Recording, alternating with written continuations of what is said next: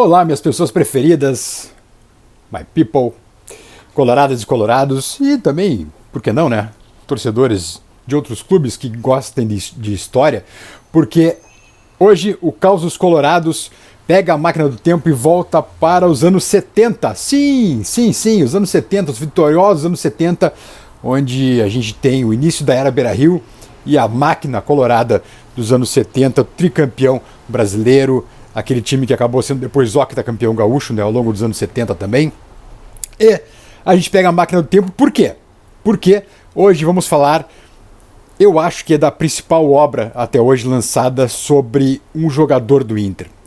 E falo isso, olha, com todo carinho, porque eu vou mostrar para vocês um livraço que atualmente, infelizmente, a gente só encontra em sebos, né? Por exemplo, no sebo dos livros, lá na Riachuelo, ou na livraria Rua da Praia, também lá no centro de Porto Alegre, evidentemente, né? Porque é um livro que não teve mais tiragem.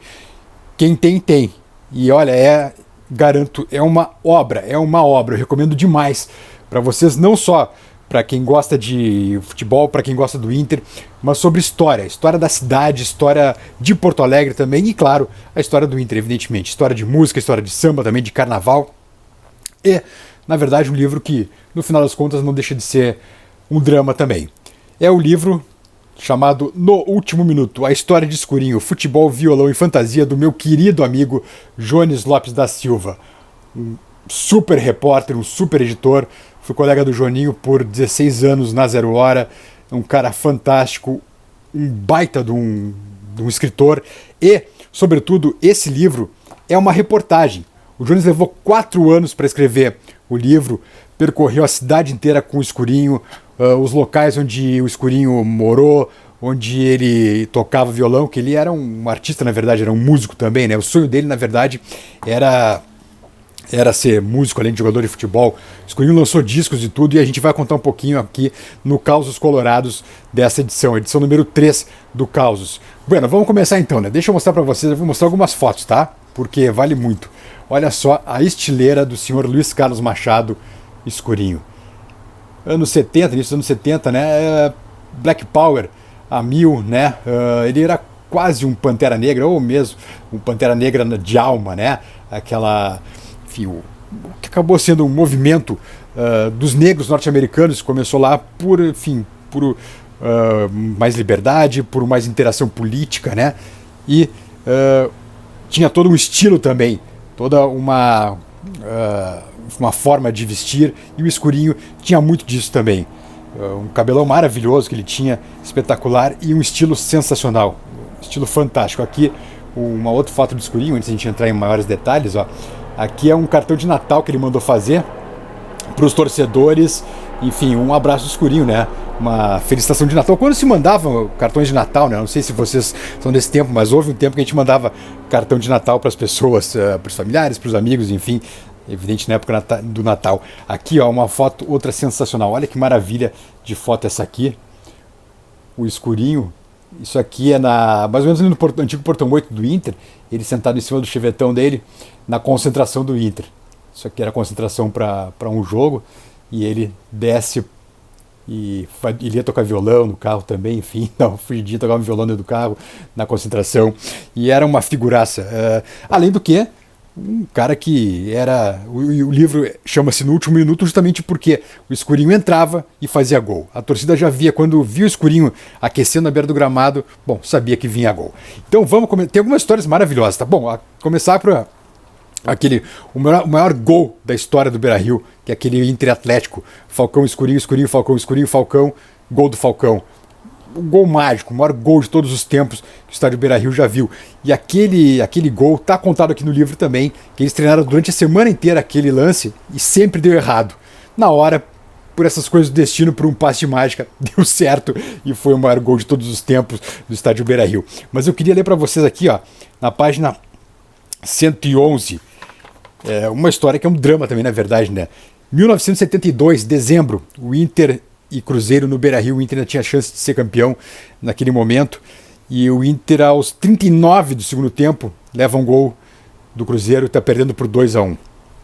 Bueno, aí é o seguinte, Vou ler aqui para vocês, tá? O Inter está empatando o jogo em 2-2 e depois o Inter vira aos 46 do segundo tempo para 3-2 e ganha o jogo. 2 colorados morreram naquela tarde no Beira-Rio.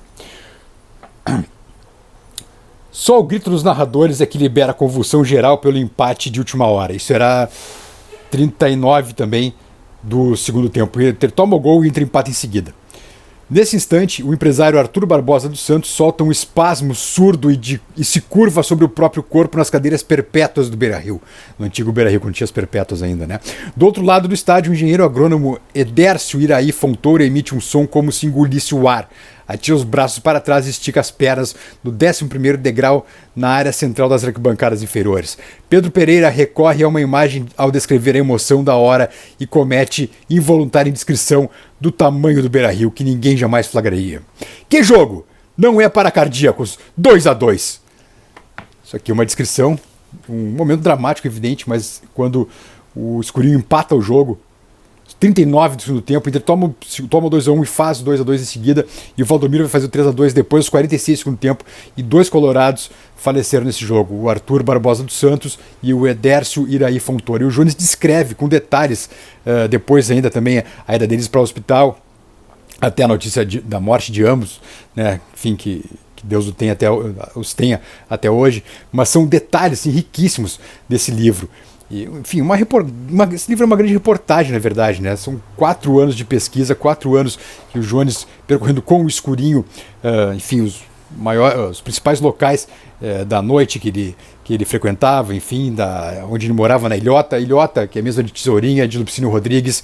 E eu separei aqui mais fotos para mostrar para vocês, porque tem, por exemplo, uma foto do nosso tema da semana passada. Do nosso tema da semana passada do Caos, que era justamente a Ilhota. O primeiro campo do Inter, né? O primeiro Beira-Rio, digamos assim, né? Deixa eu até tirar o post-it aqui. Aqui, ó.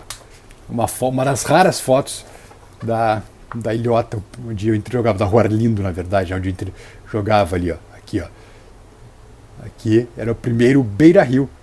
Foi o primeiro Beira-Rio aqui, uma das raras fotos do campo da Rua Arlindo, onde o Inter jogou por um ano todo, em 1909, e depois acabou se mudando para o campo da Várzea, em frente ao Colégio Militar, na Redenção, porque o campo alagava demais. E depois também a Várzea alagava demais, o Inter acabou se mudando também para a Chácara das Camérias, ali no Menino Deus. Então são histórias riquíssimas, e aqui mais umas fotos que eu separei do livro, ó, que quando o Inter fez um kit, né, vocês lembram? Muitos têm essa camisa número 14 do Escurinho, que o Inter chegou a fazer um kit depois, quando foi ajudar ele, que ele estava necessitado. Enfim, o Escurinho acabou falecendo em 2011, curiosamente no ano do lançamento do livro, por complicações do diabetes, né? Ele perdeu a visão, ele perdeu uma perna também. Então foi um final de vida muito sofrido do Escurinho.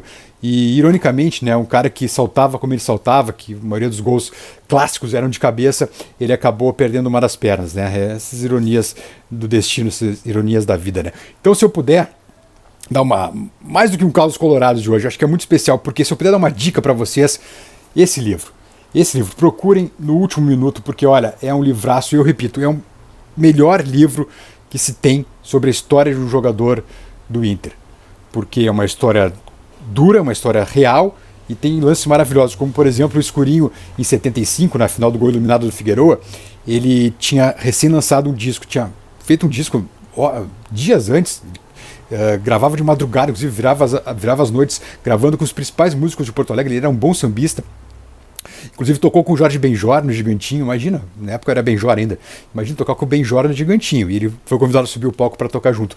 E aí, olha a história, olha que delícia de história. Em 75, o Escurinho e os amigos dele estacionam uma Kombi no pátio do Beira-Rio.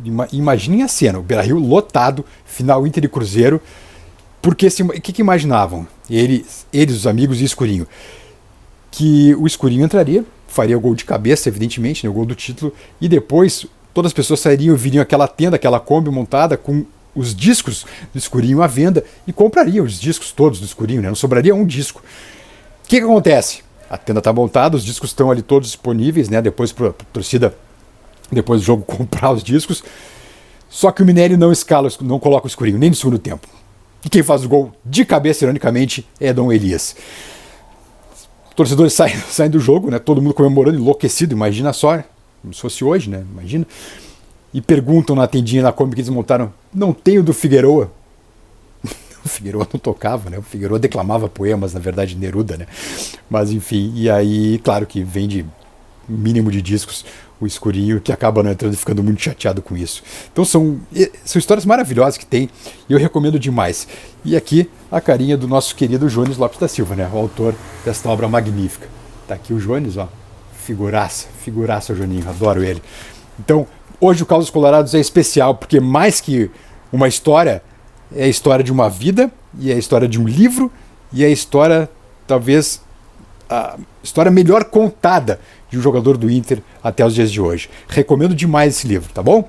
Pessoal, deixem o like, por favor, o canal precisa muito do carinho, do apoio de vocês, ainda mais para levar o Caos dos Colorados semanalmente para vocês, tá bom? Tudo de bom e, enfim, que o Inter siga sempre grande e eterno, como é Escurinho. Tchau, tchau.